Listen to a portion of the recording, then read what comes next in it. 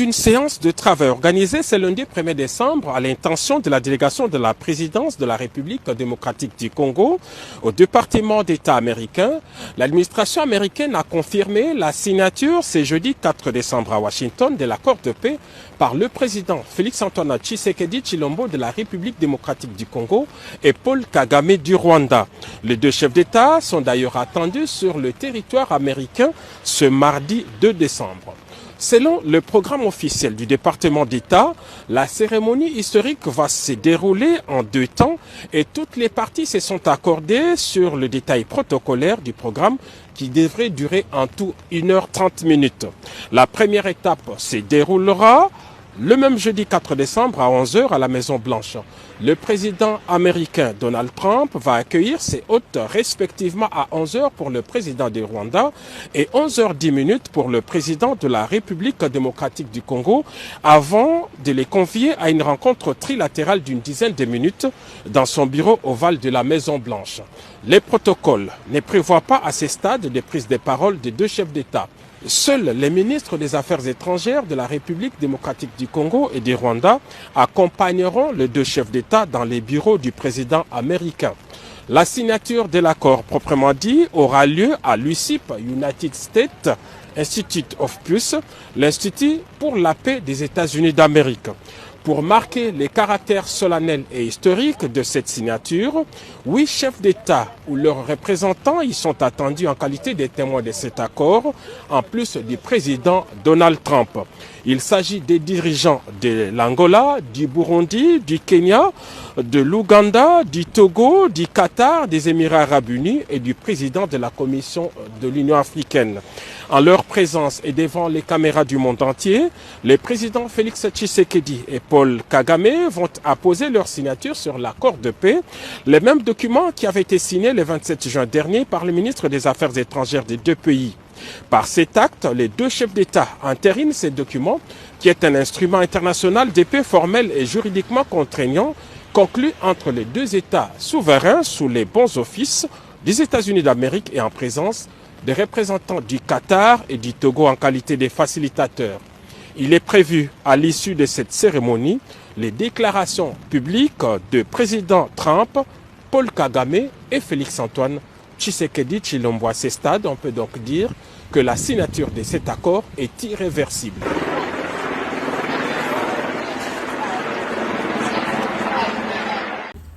Bonjour, bonsoir, ça dépend de l'heure vous nous suivez. Merci pour la confiance, merci à tous ceux qui nous suivent partout où vous nous suivez. C'est un grand plaisir de vous avoir dans cette grande communauté Tosha TV, Mbote Bandeko, Biskan Sobokolanda Biso. Et c'est vraiment ma casse au monde que vous allez et belé à Olanda Biso, on fait sa Biso confiance. Maintenant, avant de demander na Biso rapino, tu as qu'à expliquer bino comment Kambouza ndengenini. Na pourquoi peso tozongi. Il faut encore to expliquer bino que situation eza boye place to tika kiango nde bomoni ne bandeli ya émission na tcheli bino compte rendu ya programme ya signature o biso nso to kozela to fungoleli ya mission avant na banda na ko remercier Ndeko Gauthier à partir ya Irlande. Merci beaucoup pour na geste na yo nzamba ba kisa ebele kaka ndengo yo kakimbela ya campagne na biso to lansaki ya ko soutenir chaîne. En tout cas, merci mingi vraiment Ndeko Gauthier à partir d'Irlande. Que Dieu te bénisse. Et c'est la seule façon pour participer à Bitumba ou Mounene te lancer. Oui, font eza Mounene Makasi. Donc, aider Makasi, Zambaba qui s'est ébélé en tout cas Ndeko Gauthier à partir d'Irlande. Bandeko na fwa na pour ça va soutenir biso de na que effort des gars réseau senga. Ba wazalendo na front, ba ko senga. Donc, source, il faut relire sa source pour que tout soit information et bien. Tout ça, ça demande beaucoup de moyens. Donc quand je dis beaucoup de moyens, il y a pas moyen à jeter. Ça demande vraiment des moyens conséquents. Il y a un lancé une campagne Union Sosa Nango Koko et Debiso na MP ça tout Airtel Man na biso wana to numéro na biso okoyo comme la biso pour la modalité mususu. Bandeko boyo qui ne bande l'émission. Ndenge baza kola kisabino ndenge nini makambo ya signature se dérouler. Mais le Kaninga plus ses alliés à nombre de chefs d'État. Au bakozala combat témoin. Bandeko. Et le retenir na plus. La cérémonie yo. ezali na nombre de chefs d'État oyo bazala comme ba témoin 8 chefs d'État to ba représentant na bango. Donc 8 pays. Bandeko, eza isolé te eza anodin te. Peut-être ba Rwandais ba ndondi maté porté à likambo ba ok signé. Ba se rendre compte le jour J. Pourquoi ba bengisi ba chef d'État wana nyonso bengisi ba wana nyonso? Parce que minito yoyo RDC a otikala ko violer territoire ya Rwanda te. Rwanda ta muto ko violer. Et ba Rwandais ne baza wana après avoir posé signature na bango na document wana. Paul Kagame solennellement devant le monde entier, devant plus de 8 témoins, après avoir signé papier wana, à comprendre porter na. Bandeko na biboy. Et ça la mana mute na mukili. Depuis mukili zala mukili. Depuis mukili zala mukili. Et ça la mana mute que un accord de paix. Bazwa 8 témoins. 8 pays différents. Ba chef d'État, ba président de la République. Na plus de 3 continents. Bandeko, je vous ai toujours dit que les gens se sont moqués de Félix Antoine Tshisekedi quand on a dit américain. Mais il a été tellement bien conseillé par les Israéliens que c'est non. Problème où il bandi wapi? Où il bandi en Amérique? Ce sont les Américains qui ont abisso. J'ai qui c'est une. Ok, problème où il bandi en Amérique. Zongi c'est là mon problème là-bas. Zongi c'est là mon problème là-bas. Bandeko, les Américains ont pris ces problèmes. Babandi na no ba jezangati na nabiso. Bokende dowaye, bozonga togoye, bokende boye, bosala boye. Problème izaka ke pa na bino na Amérique.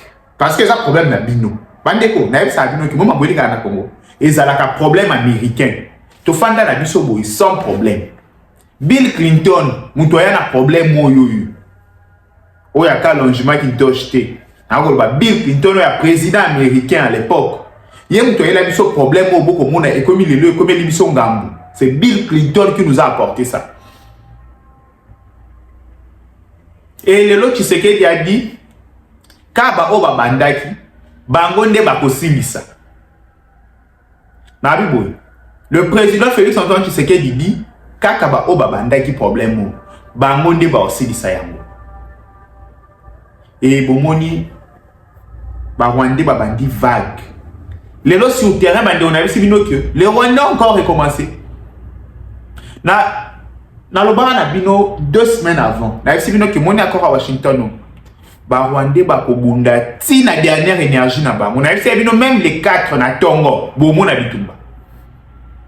Parce que les Rwandais ont besoin de provoquer la RDC à un certain moment. Idée na ba zaini. Pour ba bafouer pena ba kamunyo so bien. Ba diminuer sans s'y accord. Bazo ouvrir la journée à lobby. Nabiboy. Bazo ouvrir la journée à lobby. Lobby ni les kani bandi kona ouvrir. Yoga lo bien. Fongo la pena matoi. Bazo qui n'a pas infiltré na bango comme d'habitude. Il y a un général qui demande au Wazalendo et au FARDC de se retirer de quelques positions. Ok, tout ça le mouvement des troupes. To kende na ngamboy. Bandeko. Ba Wazalendo pe habité ceux qui ont résisté et ont créé problème. Ba fente loko la ba kei. Ba bomba mi na kati ba zamba. Ba ya kota la boye M23 zoya. Ba Wazalendo ba mpiskade M23. Ba sali bango poudrier, bataille générale. Ah. Donc yo bandeko longola biso na axe oyo pour l'exa M23. Explication est que zongi. Bandeko, idée à Rwandais est simple. Prendre ouvrir pour pas énerver les Congolais. To signer cet accord devant 8 chefs d'État.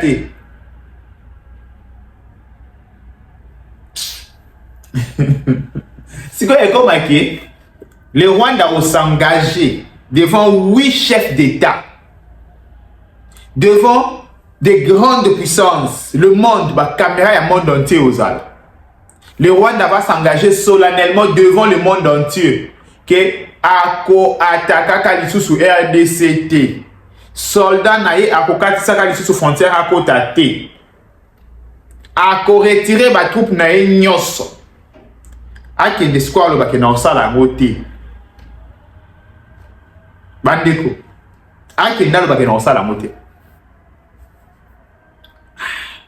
Parce que je vous dis que biceps, moni ba paquet et le baratou moment te. Mutu. Paquet fait à la connecter dans mutu. Parce que bato ba sali box ba ebi. Ba ebi que réflexe. Réflexe ezali na mo réflexion. Vous comprenez hein? Au quoi on a paquet pomba. Mais ça on a ba réflexe ya malamu te. Au coup na gauche mo et missionnaire. Ba bibi c'est là mo et missionnaire wow. Comme tu as un crochet hyper kit mâchoire est bougé. Quand tu viens à un réflexe. Secret à boxe. Secret même il y a ma casse, il y a sport, il y a un réflexe. Bah Wande c'est quoi un réflexe. Moutou. En ce moment tu as le bela moutou. Bandeko. Ici na évité na kolo bakona président de la République. Ba humiliation sont endurées de la part na biso batikali du sud, même les lots. Totali ba adversaire na yé. Ba ali suna ilo rebela o lobate na muno. Ba komi ko tepa. Bobi poani. Parce que dimai ko zo baku. Parce que ça dit tant ba ofinga ye, ya fandika akimi alobite. Toko sala boy. Hey, yo, incompétent, okokufa. Abi donc, na bino dialogue aussi longtemps Wanda signé. Yo, boye. Alobi non. Toko sala boy. Bandeko. Lucidité wana de mimi bisoti awa. Na bi boy. Moni mutema makasi wana. De mimi bisoti awa. Et batu ba okanisa kwa tolo bato sa ba je suis tellement mbwe changer te. Bon atena sur nanga. Croyez-moi. Bon mon a changement na terrain. Bananga et les autres, je vous ai toujours dit que bazalo quoi banane. Le jour que le Rwanda va décider, bazongi sabango bazongi sabango. Décision ya kozonga, kotikala, ko avancer, ezali ya bangote. Ce que vous devez comprendre c'est ça. Peut-être eux-mêmes ne savent pas. Le jour où le Rwanda, à travers James Kabarebe, Oyebisa, Makenga, ok, zwa ba troupe nyonso zongi sa bango na Rwanda. Ade tokanyi bisaka tozongi. Ok, nanga, ozana place a okende. Ote, ça va yaka na biso ote na royate. Ok, tikala. Wazalinda okangi boye. Boye. Nabi boye. Donc, bolanda makelele wana nyonso te. Bolanda yango te. Moi je vous dis que bolanda yango te. Le jour où le Rwanda décide de retirer tous ces gens, bah okende. En fait, c'est comme si décision finale des Ozongela Nanga to babis. Non, décision finale des Ozongela Kagame. Quand ndenga epsaka bino que soki nazalaka na place ya bato ba na Goma. So bolingi Goma bo pesa nga boye. Quand ndenga lobaki wana. Na minute bandeko. C'est comme si ba existait. Bandeko. En fait, na epsaka no bato akomi mikosa. Moni hein, muto azui. A komi sika mwabo, a komi siko c'est lokuta, a komi mikosa ye moko. Abina komi président. Donc des akabou, bakagami, on peut avantirie. A ke signé bako wana pourquoi fakati ke la ngata mo état fédéral à Kivu. Ngapena comme président, ne ba benga nga président coordonnateur. Ba benga ngo courte joie. Bandeko. Courte joie. Mais malheureusement, même les compatriotes, c'est ça le problème. Malheureusement, kaka, tu perds ta vie inutilement, nanga, inutilement de nanga. Et là, on va dans le bozu à moté, bozu à mopété. Donc c'est comme ça, bandiko. Pour vous dire, porter à Makambo Kolekana. Donc, il faut expliquer bino.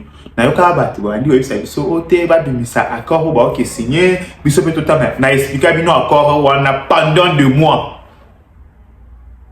bandeko pendant 2 mois na explika bino point par point na point ya liboso ezali côté ya la souveraineté Rwanda aza ko s'engager ke makambo ekolekana na Congo etali ete politique tonine akota te et ADC pas aza ko s'engager de même. Deuxième point ezali ke ba troupe ko violer territoire à Muninga makambo ya armée na yo ekote pas Muninga te. Troisième point eza ko permettre pe batu ba utiliser mabele na ote pour ba attaquer Muninga bandeko tous les points accords to bloquer Rwanda na tous les points accords to bloquer Rwanda alors mon amour va aider le côté il vient en fait Europe ça bat tout maël était qui bat tout va juste maël bah comment réfléchir normal tu vois un peu posé calme bah organiser sa peine donc maël voilà bah pas besoin monter les gens sont agités à un niveau où autant les moutons là encore c'est simple comment va passer vraiment micro va monter là pour battre ba yoka yo pour ba pesa au pena voix finga ka chilo mon mwana moi bon sur 18 ans sur 19 ans ba vu ba le côté les verses ceux qui voient ba ligne aïe Chilombo toi Chilombo incompétent peut-être moutons au pena pique ça va bouquer tamba et sanga donc à côté de sanga mobulu tout ça la ndenge